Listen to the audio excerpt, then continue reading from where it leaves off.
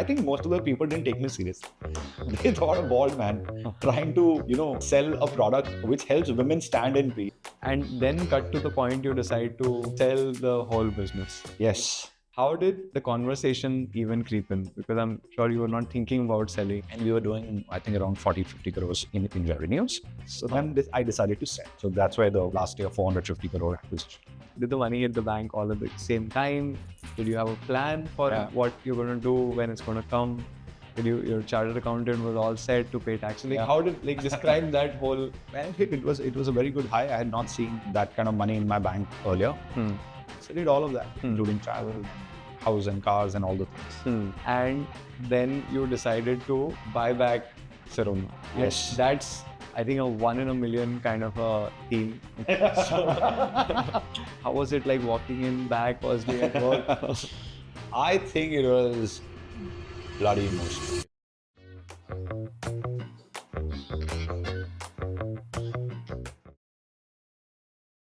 Deep, you have the most fascinating story of creating a brand, selling a business, repurchasing it. Let's go back to the origin story. How did creating a female hygiene brand as a concept first come up? Arguably small market, not even sure you had the right context. So how did that happen? So, the inspiration was because of my personal and professional journey. That is what triggered it with our first product, PeeBuddy, which was India's first stand-in-pee device for women.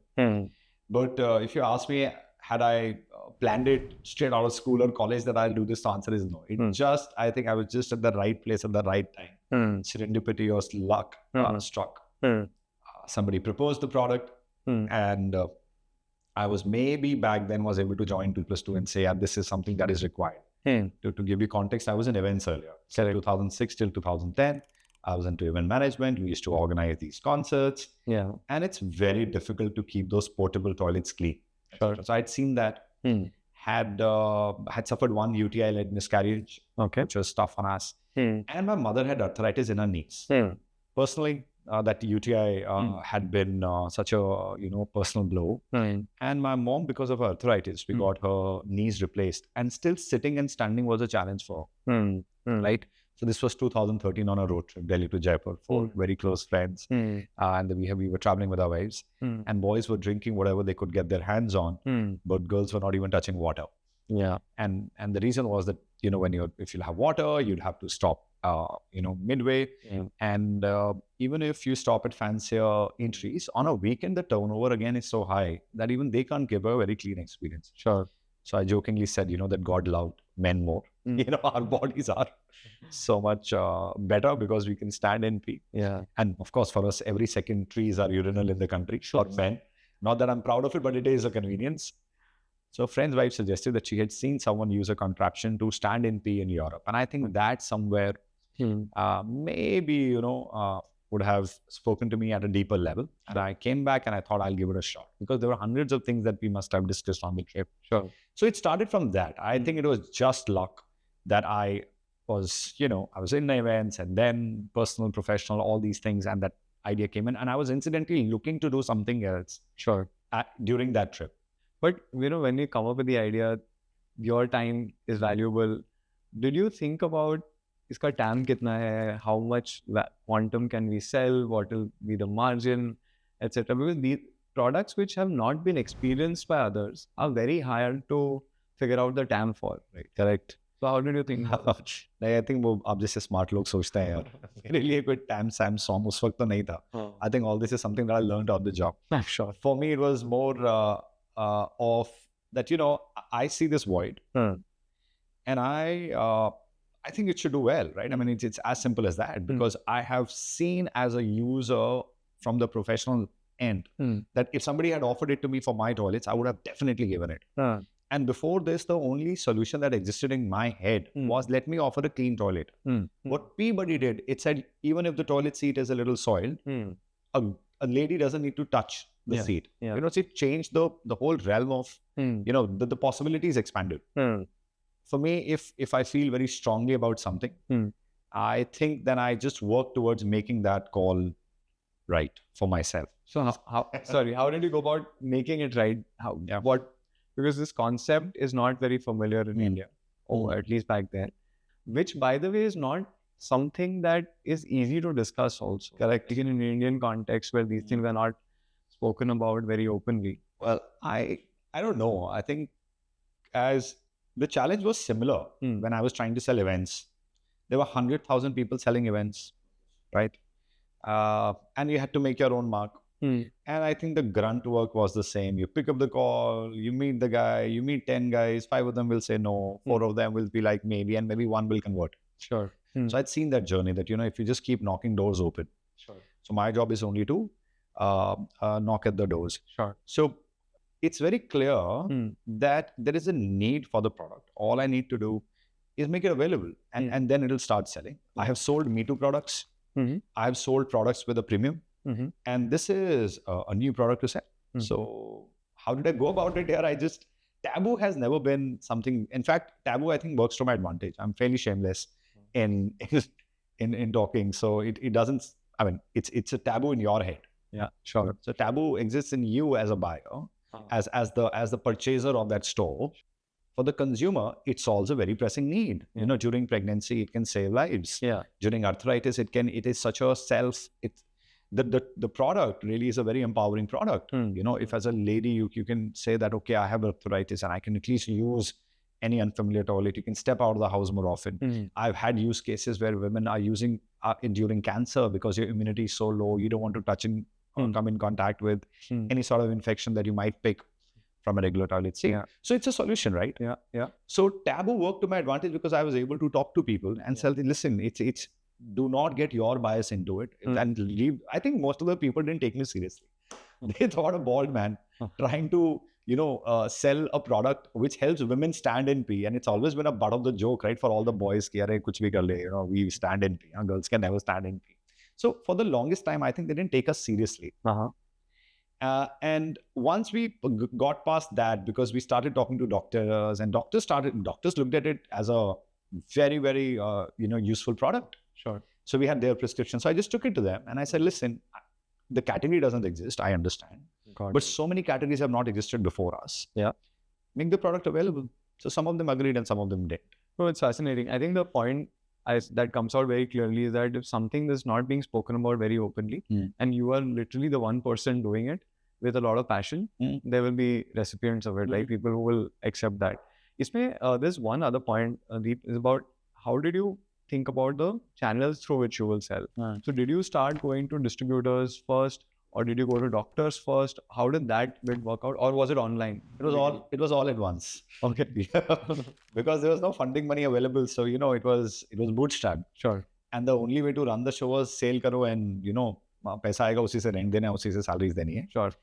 So we made a list of, again, places where this, where a woman experiences this issue. Sure. Right? Sure. So when she's traveling, when she's at events I had done. Yeah. So one is, okay, events, I will write to all the guys at least that I know. Sure.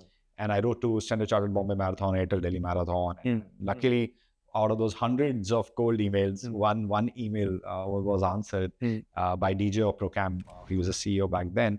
And then he flew me at a day's notice. And touchwood, that was the first great takeoff for us because the person just got it. There was no taboo. The conversation was, I love what you've done, man, because, I have got these world-class runners coming to our events and they are portable toilets because they're running, they're having water. Yeah. And even if I cannot keep cleaning the washroom because I don't know which washroom will she go to or he'll go to. Yeah. Right? Yeah. And they're unisex. Correct. So you're running, you're dehydrating, how you're peeing, how men are aiming, you don't know. And if the girls' washroom also, the turnover is so high. So he saw merit and he bought 10,000 PeeBuddies and gave it to all runners for free. Wow. So I'm saying, things like that took shape. So similarly, we thought if there's a pregnant lady, where is she going? So it's gynecologist. So we made a list of gynecologists and orthopedic doctors and we started going to them. Those were the two disciplines where we thought product has relevance. Sure. Oncology came in very late for us. In fact, it came from a customer feedback. So they started prescribing. So that channel started to take a little bit, started to show a little bit traction. Marketplaces, Amazon didn't even have this category. This is called female urination devices, the category. How do you search for it? Correct. You don't, you just don't, Correct. So they still listed it somewhere, we were able to open that node And luckily, then one experiment went viral. So we did one video, and in fact, two videos we did. One with Galyapa back then, to pee or not to pee, Shakespeare, and that video went viral. So that got instant, incredible sales. And then I remember Kalki Kochlin once retweeted about one of the articles that was written on us. So where all did we go? We went everywhere. And we kept knocking till some of the doors open. And whichever door opened, then we went really deep. Right. So Amazon opened, video went viral. And then we thought, boss, from here I can sell 400 orders a day. If a doctor prescribes, it's only one order. It's a lot of capital. I don't understand that game. I don't come from FMCG background. I don't come from medical representative background. This I understand. The girl talks, the guy or the girl on the other side of Amazon talks to me in my language. I like talking to these guys who are making these videos. They talk to me in my language. They're willing to break the taboo. So let me double down. So that's from where our marketplace journey started. And then one product was followed by another. And then it was a sheer grunt work, because in marketing, there is obviously over-analysis of this, right? That you will identify that one insight, go after it, one channel, and then go to other channels. Correct. You were almost doing multiple channels all at the same time. Correct. At which point did you feel, yeah, this is working, or what is now called in D2C PMF? Yeah. Like, when did you feel that this is now running on its own scale and you can diversify and grow the brand and so on? I would say around COVID, Till then, we were only trying to say how to keep the lights on. So 2013 to 15, it took me a while to exit everything else that I was doing. 15 onwards, I started doing this. So it took me a couple of years just to figure out what this business is. Now that's the time you want to just FMCG distribution business. And brands are built offline in a certain way. You need to have these many managers, these many distributors, these many CNFs. So I tried that. In the first couple of years, burned my hands because, it's very, very easy to make the product available on offline stores. It's the easiest thing you can do. The difficult part is to get a consumer to come and pick it up, the offtake. That's the difficult part. So luckily for us, we learned that mistake very early and with our own money. So by the time investor money came in, we were still trying to figure out, because we had raised a small angel round from Indian Angel Network. And by the time that money came in, we had GT lessons, general trade lessons, and Amazon and these guys were able to sell for us at a profit. The scale was lesser. So around 2016, 17 is when the wisdom came in that we are good at this. We are able to sell profitably. So we shut this down, or at least descaled it, and started going deeper into this. So by 2017, 18, the fact that online is our strong suit came in. By then we had launched many products. We realized that, this is one category where we can focus on, will be better. Which is female hygiene. Which is then female hygiene, to say that we made a list of issues that women face right from puberty to menopause. And we said we'll solve toilets with PeeBuddy, and everything around periods and, everything which is neglected, similar, will be under Sirona. Because we got lucky with PeeBuddy and we got a lot of attention and a lot of appreciation, customers started sharing what other problems they are facing. It's only very late, when smart investors like you came on board, where we had to answer questions on, the focus and PMF and, the category size, etc. Till then we were saying we are solving problems. And even if the problem, the size of the problem is today small, it will grow. And we had the patience, And during this journey, you also decided to raise external capital. You were probably running a very efficient bootstrap business till a certain point. Why did you, what was the trigger behind it? Luck again. I think it was never planned that we will go and raise money. I think I just got lucky where TIE was organizing an event. I became a member of TIE to meet smart blokes like you. And I didn't know anything about the smart founders, the VC world or the equity world, etc. So I started attending a few of those events. And in one such event, they said that we are doing this competition for startups called Tie the Knot. CNBC Young Turks. CNBC will hold it under Young Turks.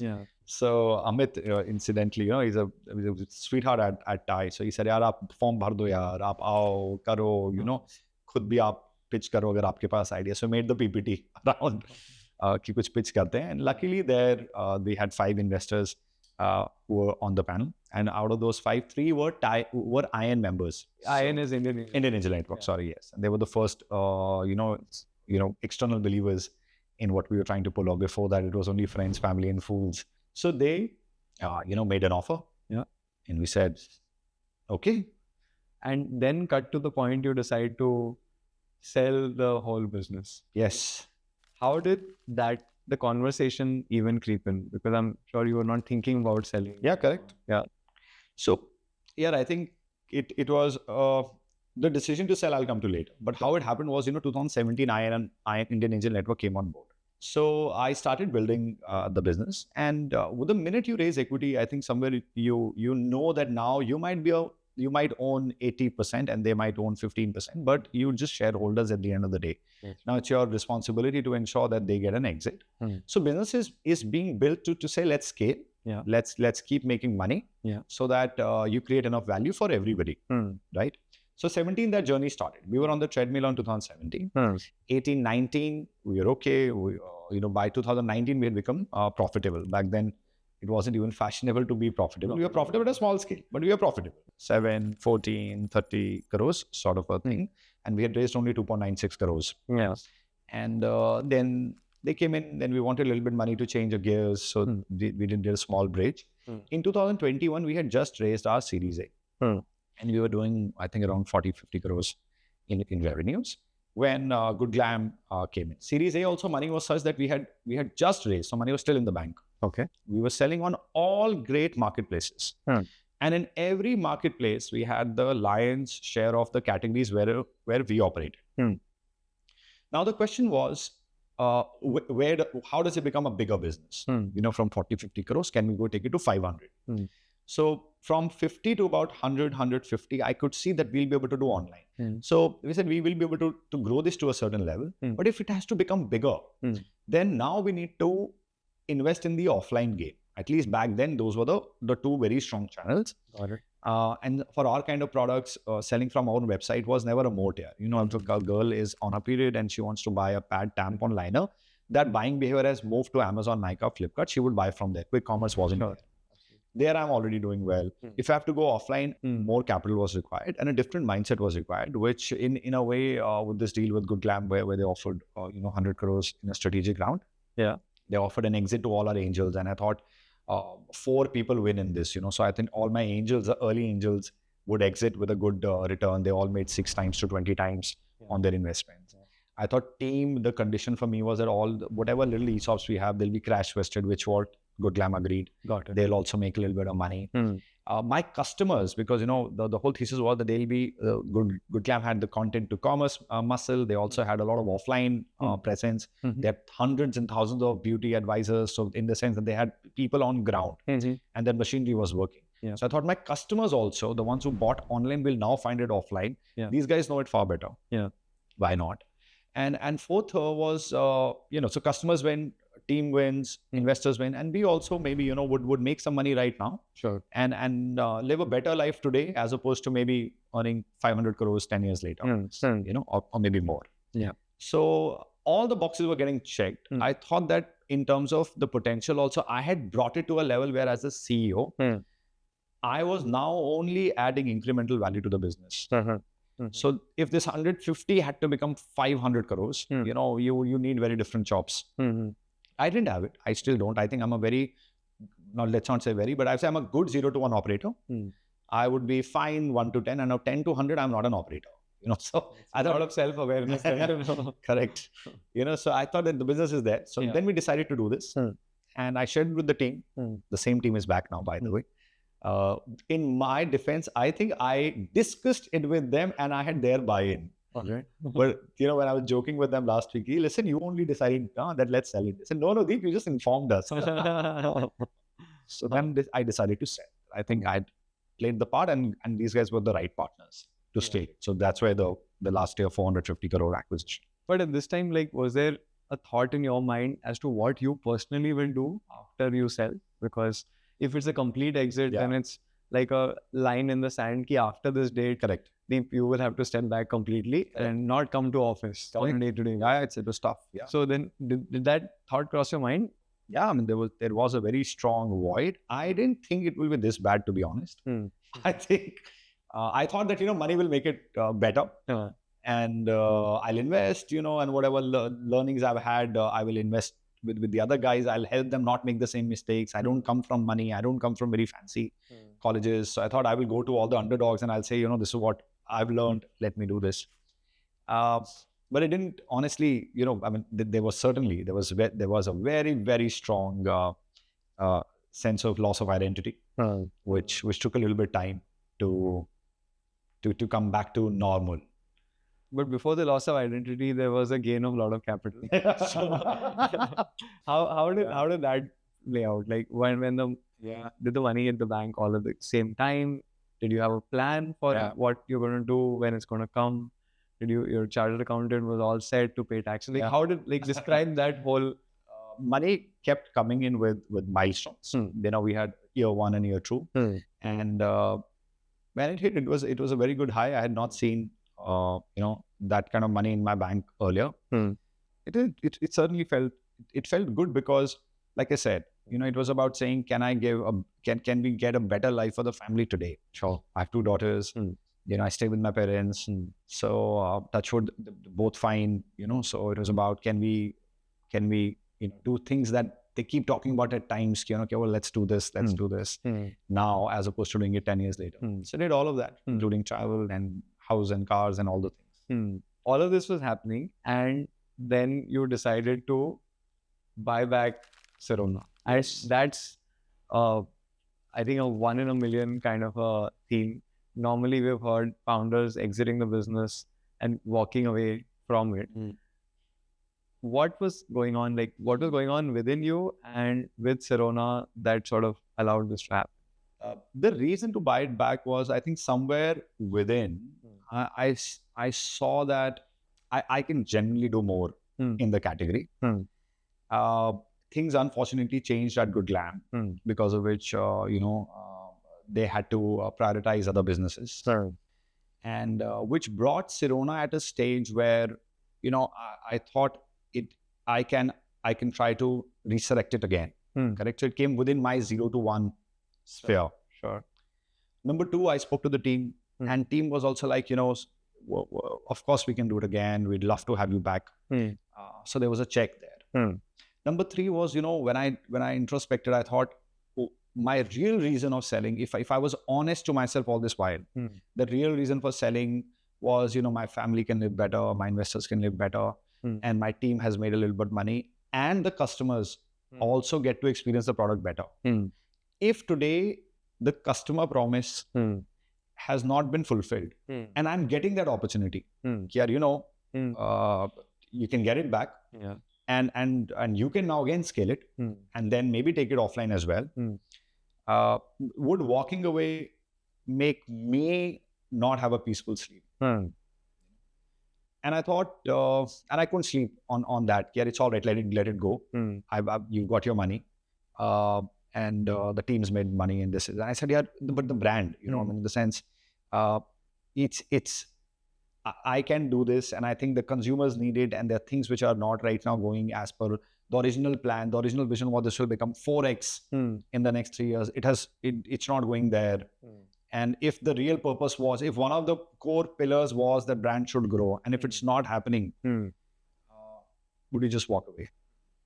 And so this was like you observing the company from outside, and then you reached out, they reached out, like, because when you're being acquired, there's a very classic playbook. There are investment bankers in the middle. Yes. You are being represented by lawyers, bankers. They are being represented by lawyers, bankers, and the deal happens. Yeah. In this kind of stuff, how does it work actually? God is at work all the time. Yeah. So I think he made it work out. So how did it happen? I think of course, I was always in touch. So when things changed, I think I just started talking to him on this, that listen, I mean, if there is a possibility, we should definitely try to go down that route rather than, this becoming something else altogether. Sure. So he approached, I approached. Who called first, I don't know. Yeah. But sort of you were in touch informally, and we were always in touch, and there was news about them trying to sell it to others. Yeah. And of course, even to sell, there were some things where our consent was required. Some things were there. Yeah. So I told him that if you're trying to, if there's somebody else, I don't think anybody can, at least at this stage where the business is back, can do a better job than us. So it happened, and we have the same lawyers and the consultants and the bankers. This is fascinating. The question is that around the time when you decided to do it, was the team already continuing, or did you have to bring people back and reconstruct the org? How was it like walking in back first day at work? I think it was bloody emotional, if I could sum it up in one word. So team continued. So the deal was that, they would continue for the next couple of years. Yeah. I would continue for a couple of years to run it, and then the team continues. Sure. And of course, they had to keep the team happy for them to continue. Yeah. So team was continuing. Yeah. I think, but when the opportunity came back, because like I said, the news was out that Good Glamm was talking to others. There was a sense of, the team was a little lost to say, what will happen. There was uncertainty around it. So I got them together. I have a thesis around keeping in touch also, by the way. So in one of those theses, because I was keeping in touch with my team, okay, it was easy for me to just pick it up from where I left. Sure. So at least the core guys I was meeting very regularly. So I just spoke to them, and they signed off saying, if you do this, we are game to give another 3 years to this. Yeah. And I think then there was no looking back. Then numbers didn't matter. The price didn't matter. The group was back, and when you the pride was back. The pride was back. It's just that now I've again become a slave of my calendar. Yeah. Unfortunately. And once you've done this, like, have you, Rashi, Mohit, thought differently about the portfolio now, given that you're now significant stakeholders again in an operating business? Of course, yeah. We've changed. Things have changed. The financial position has changed. Our portfolio has changed significantly. And the way we have to manage it has to also change. Earlier, it was about saying, a couple of us could take these calls. Now it is at a position where we need expert help. The change that has come in, we are not foolish to say that we know it all. I think we are intelligent enough to say that now we need expertise to handle this while we build touchwood the 2.0 journey for Sirona. Sure. Sounds fascinating. I want to move to the point about how a D2C founder today is approaching the category. Arguably, it's a very space which is very hard. There are a lot of financing available, a lot of great founders, some fantastic exits. Sirona was one, but now we hear minimalist. And of course, great story. People raising private equity like Lahori Zira. Correct. So there's a lot of activity happening in this space. How does a new D2C founder think about this? One is obviously, like you said, they have to be passionate about it. Correct. Is there a framework? Is there a thought process that you should go in with? I think it's important to play to your strengths, but if I were to say what is important is to genuinely be authentic about the problem you're trying to solve here. Don't try to get into a category because somebody has gotten in and has become successful. Got it. That would never take you there. We are a very, very brand deprived nation. There is a need for there are a lot of niches which are developing.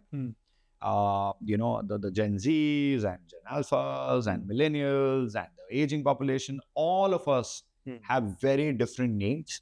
And because we're billions of us, there is a good brand which can be created in very small micro niches as well. So the only advice is that don't try to go after me too, because that boat has sailed.